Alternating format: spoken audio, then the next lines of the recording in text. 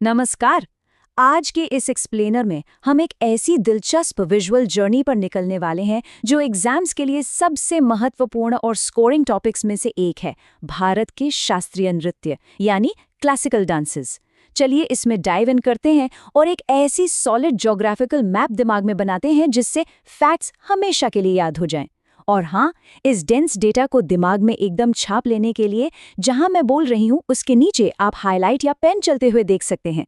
इसका बेहतरीन इस्तेमाल करके इस मैप को हमेशा के लिए याद रखा जा सकता है। तो चलिए एक बहुत ही कॉमन एग्जाम क्वेश्चन से शुरुआत करते हैं। क्या इन नामों को उनके सही डांस फॉर्म से कॉन्फिडेंटली मैच किया जा सकता है? जैसे केलुचरण मोहापात्रा जी का नाम ओडिसी से और पंडित बिरजू महाराज जी का नाम कथक से जोड़ना? अगर अभी थोड़ा सा भी डाउट है ना, तो बिल्कुल फिक्र की बात नहीं है। इस विजुअल मैप के एंड तक ये जवाब बिल्कुल सेकंड नेचर बन जाएंगे। इस पूरे टॉपिक को एक बेहद स्ट्रक्चर्ड जियोग्राफिकल टूर में डिवाइड किया गया है।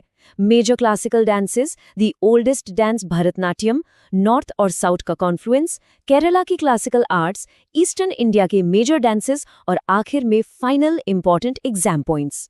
ये हाईली स्ट्रक्चर्ड फ्लो ही इस डेंस कल्चरल डेटा को दिमाग में हमेशा के लिए याद रखने का असली सीक्रेट है। तो हमारा पहला सेक्शन है मेजर क्लासिकल डांसेस और उनकी ऑफिशियल काउंट। आइए इस बेसिक लेकिन बहुत ही क्रूशियल डिस्टिंक्शन को समझते हैं, जहां से एग्जाम का पहला ट्रिकी सवाल बनता है। आइए इन दो अलग अलग संस्थाओं के डेटा पर गौर करते हैं। संगीत नाटक अकेडमी मानती है कि भारत में 8 क्लासिकल डांसेस हैं, लेकिन वहीं जब संस्कृति मंत्रालय यानी मिनिस्ट्री ऑफ कल्चर की बात आती है तो उनके अकॉर्डिंग 9 क्लासिकल डांसेस हैं। स्क्रीन पर हाईलाइट हो रहे इस छऊ नृत्य को गौर से देखिए। मिनिस्ट्री ऑफ कल्चर ने इसे भी अपनी लिस्ट में शामिल किया है। तो एग्जाम में किस ऑर्गेनाइजेशन का नाम पूछा गया है उस पर सही उत्तर निर्भर करेगा। अब आते हैं अपने दूसरे सेक्शन पर, द ओल्डेस्ट डांस भारतनाट्यम। चलिए अपने इस विजुअल मैप को सीधे साउथ इंडिया यानी तमिलनाडु की तरफ ले चलते हैं। भारतनाट्यम, जो तमिलनाडु में ओरिजिनेट हुआ, भारत का सबसे प्राचीन शास्त्रीय नृत्य है। हिस्टोरिकली इसको सदीर आट्टम भी कहा जाता था।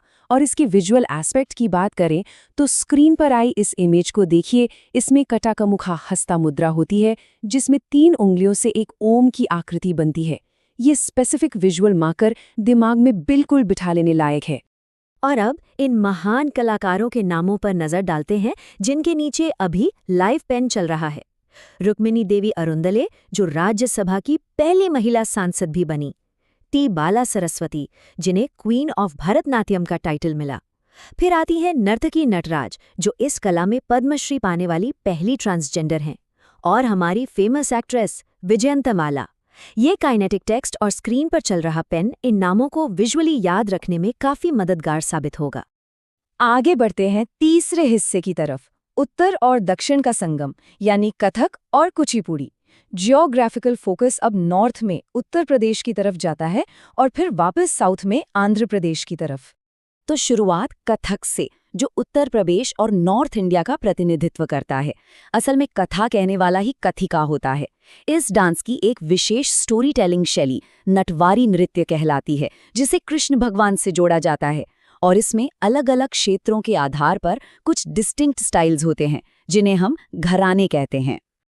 अब इन घरानों के फाउंडर्स के नामों पर गौर करते हैं, जहां ये पेन हाईलाइट कर रहा है। लखनऊ घराने की शुरुआत ईश्वरी प्रसाद जी ने की, जयपुर घराने की शुरुआत भानुजी महाराज जी ने की और बनारस घराने की शुरुआत जानकी प्रसाद जी ने की। इसके अलावा पंडित बिरजू महाराज जी, लच्छू महाराज और शंभू महाराज, ये सभी कथक के बिल्कुल लेजेंडरी आइकॉन्स हैं। और यहाँ एक अनमोल फैक्ट है जिसे एग्जाम के लिए एक सॉलिड मेंटल एंकर की तरह याद रखा जा सकता है। कथक की महान कलाकार सितारा देवी जी को गुरुदेव रविंद्रनाथ टैगोर ने एक बहुत ही खास उपाधि दी थी। उन्होंने सितारा देवी को नृत्य सम्राज्ञी यानी एम्प्रेस ऑफ डांस कहा था। ये डायरेक्ट कोर्ट एग्जाम में अक्सर सीधे सीधे पूछा जाता है। चलिए अब वापस चलते हैं आंध्र प्रदेश, कुचिपुड़ी की तरफ। कुचिपुड़ी में भगवान कृष्ण और सत्यभामा की बड़ी ही कॉम्प्लेक्स और पौराणिक कथाएं शामिल होती हैं। और इसमें एक बहुत ही स्पेसिफिक और आकर्षक शैली होती है जिसे जलचित्र नृत्यम कहा जाता है। कुचिपुड़ी के महान कलाकारों में रेड्डी फैमिली के नामों का बड़ा दबदबा है, जैसे राधा रेड्डी, राजा रेड्डी, पद्मजा रेड्डी। इसके साथ ही शोभा नायडू जी का नाम भी आता है। लेकिन सबसे क्रूशियल एग्जाम टिप जो अभी हाईलाइट हो रही है वो है यामिनी कृष्णमूर्ति जी। ये भरतनाट्यम और कुचिपुड़ी दोनों की ही टॉप कलाकार हैं। इनकी ये डुअल मास्टरी एग्जाम्स का एक एब्सोल्यूट फेवरेट क्वेश्चन है। हमारा चौथा सेक्शन है केरला की क्लासिकल आर्ट्स, कथकली और मोहिनीअट्टम। तो अब भारत के साउथ वेस्टर्न कोस्ट पर चलते हैं, जहां हमें ये दो बिल्कुल ही कॉन्ट्रास्टिंग क्लासिकल डांसेस मिलते हैं। पहला है कथकली। ये अपनी ग्रैंड एक्सप्रेशंस, चेहरे पर बनने वाले वाइब्रेंट कलर्स और भौहों के यानी आईब्रोज के कॉम्प्लेक्स मूवमेंट्स के लिए फेमस है। हाईलाइट किए गए इन एपिक्स को देखना दिलचस्प है। इसमें रामायण पर आधारित रामानाटम और महाभारत पर आधारित कृष्णातम की ग्रैंड कहानियां दर्शाई जाती हैं। कथकली के ग्रैंड और इंटेंस रूप के बिल्कुल ऑपोजिट है केरला का दूसरा डांस मोहिनीअट्टम। ये एक बेहद ही ग्रेसफुल, सुंदर और ट्रेडिशनली महिलाओं द्वारा किया जाने वाला नृत्य है। हिस्टोरिकली इसे ट्रावनकोर के शासकों ने संरक्षण प्रदान किया था। स्क्रीन पर पेन से अंडरलाइन हो रहे इन प्रमुख नामों को याद रखना बहुत जरूरी है, जिन्होंने केरला की कलाओं को आगे बढ़ाया। वी.एन. मेनन, जिन्होंने केरला कलामंडलम की स्थापना की, मृणालिनी साराभाई, कनक रेले और एक बड़ा ही अनएक्सपेक्टेड नाम मिलेना साल्विनी, जिन्होंने कथकली को इटली तक में प्रमोट किया। सोचिए, इन कलाओं की रीच ग्लोबली कितनी दूर तक है। अब आते हैं सेक्शन 5 पर, पूर्वी भारत के नृत्य। हमारा नक्शा अब घूमता है देश के ईस्टर्न साइड पर, जहां ओडिशा, मणिपुर और आसाम के बिल्कुल यूनिक स्टाइल्स इंतजार कर रहे हैं। ओडिसी डांस की बात आते ही ये जो टर्म अभी हाईलाइट हो रहा है ना, त्रिभंगा मुद्रा, इस पर गौर करना सबसे ज़रूरी है। ये इसकी पहचान है। वहीं अगर मणिपुर की बात करें तो मणिपुरी डांस में पुंगछोलम, तांडवा और संकीर्तना इसके प्रमुख आकर्षण हैं। रविंद्रनाथ टैगोर ने शांति निकेतन में इसका प्रदर्शन कर इसे काफ़ी प्रसिद्धि दिलाई थी। अब इस टाइमलाइन पर एक नज़र डालते हैं। ये स्पेसिफिक डेट्स एग्जाम्स में स्टैंड अलोन क्वेश्चंस बनकर आती हैं। 1986 में कथक लेजेंड बिरजू महाराज को पद्म विभूषण मिला।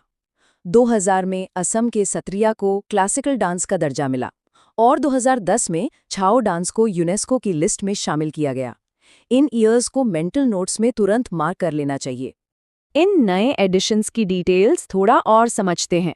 असम का सत्रिया, जिसके प्रवर्तक संत शंकर देवा थे, उसमें अंकिया नाट शैली होती है।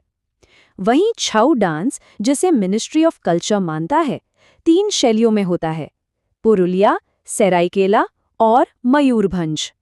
लेकिन यहाँ सबसे बड़ी कैच पर गौर करने वाली बात है, जहाँ अभी ये पेन मार्क कर रहा है। ओडिशा के मयूरभंज छऊ में मुखौटे यानी मास्क का प्रयोग बिल्कुल नहीं होता, जबकि बाकी दोनों में होता है। तो हम आ गए हैं आखिरी section, final important exam points पर। आइए इस पूरे स्पेशल मैप को दिमाग में हमेशा के लिए लॉक करने के लिए एक रैपिड फायर रिव्यू करते हैं। स्क्रीन पर आए इस अल्टीमेट एग्जाम चीट शीट पर आते हैं। जैसे जैसे रोज हाईलाइट हो रही हैं, इनके स्टेट एसोसिएशंस को ध्यान से माइंड में बिठाया जा सकता है। भरतनाट्यम तमिलनाडु, कथक उत्तर प्रदेश, कुचिपुड़ी आंध्र प्रदेश, कथकली और मोहिनीअट्टम केरला और सत्रिया असम। ये core structure maximum static GK question solve करने की चाबी है। और अब एक आखिरी सवाल के साथ इस एक्सप्लेनर को रैप अप करते हैं। अगर अचानक एग्जाम में क्वेश्चन आता है, वो कौन सा डांस है जिसमें त्रिभंगा मुद्रा होती है और जिसे केलुचरण मोहापात्रा ने पुनर्जीवित किया था? मुझे पूरी उम्मीद है कि इन विजुअली स्ट्रक्चर्ड स्लाइड्स और टारगेटेड हाइलाइटिंग के बाद इसका इंस्टेंट जवाब दिमाग में ओडिसी ही आएगा। यही इस ऑर्गेनाइज्ड विजुअल लर्निंग की ताकत है। ऐसे ही एंगेजिंग विजुअल एक्सप्लेनेशंस के जरिए आगे भी डीप डाइव करते रहेंगे।